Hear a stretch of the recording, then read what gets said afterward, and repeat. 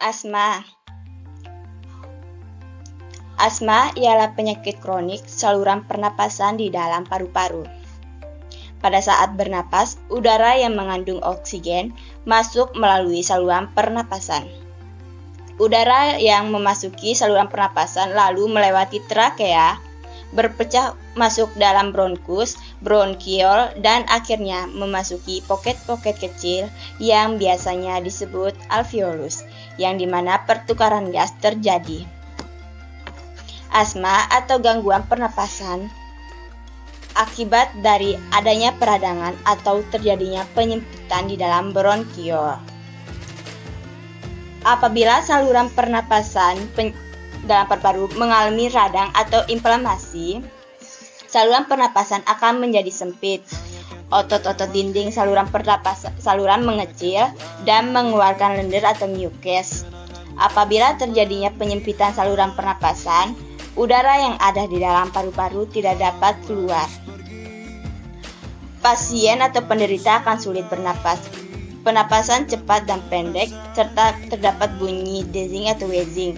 Saluran pernapasan penderita penyakit asma sensitif terhadap debu, bulu hewan, perubahan cuaca, asap, dan sebagainya, yang dapat memicu kambuhnya asma.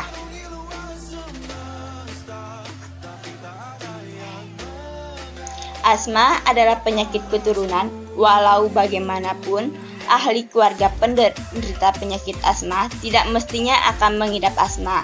Sekiranya Anda mempunyai tanda-tanda asma, dapat memeriksakan diri dan pengesahan dari klinik atau rumah sakit terdekat. Mekanisme kerja dari obat yang bernama salbutamol. Nah, salbutamol itu memiliki nama lain yang perlu kita ketahui, jadi biar nggak bingung. Nama lainnya yaitu adalah albuterol. Jadi salbutamol itu sama dengan albuterol.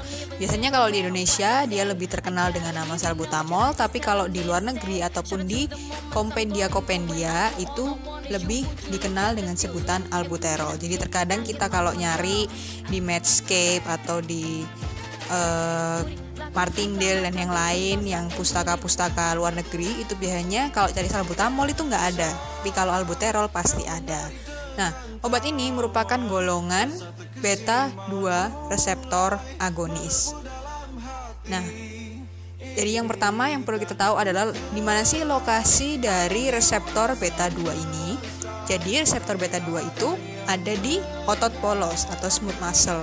Di mana smooth muscle itu kan menyebar ya kan, banyak, ada di GI tract, ada di bronkus, ada di cardio, di uterus, bahkan di bladder. Jadi kebanyakan semua otot polos itu memiliki reseptor beta 2. Nah, di sini karena kita mau fokus bahas untuk salbutamol, jadi kita fokus ke otot polos yang berada di daerah bronkus.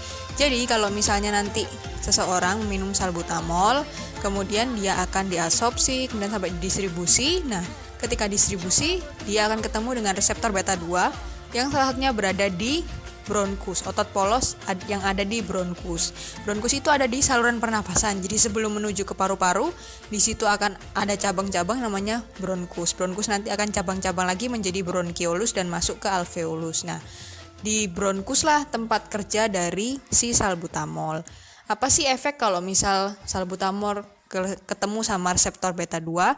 Karena dia merupakan golongan beta 2 agonis, maka dia akan memicu aktivasi dari reseptor beta 2, di mana aktivasi dari reseptor beta 2 akan menyebabkan relaksasi dari otot polos.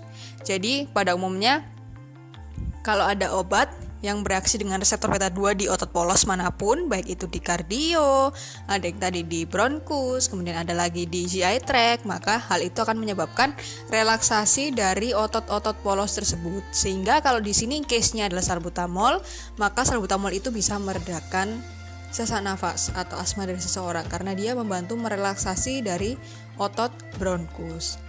Berikutnya ini adalah contoh dari salbutamol yang biasanya kita temui, ada yang bentuk sediaan tablet, ada yang inhaler. Nah, dia termasuk short acting, jadi kerjanya dia cepat, dia bukan yang long acting, berarti bukan untuk maintenance, tapi dia berfungsi untuk serangan, lebih lebih cenderung ke melegakan dengan cepat, short acting. Jadi dia itu cepat. Onsetnya adalah 25 menit di metabolisme di liver, dan duration of actionnya adalah 4-6 jam. Jadi dia bukan untuk maintenance, tapi sekali lagi untuk reliever.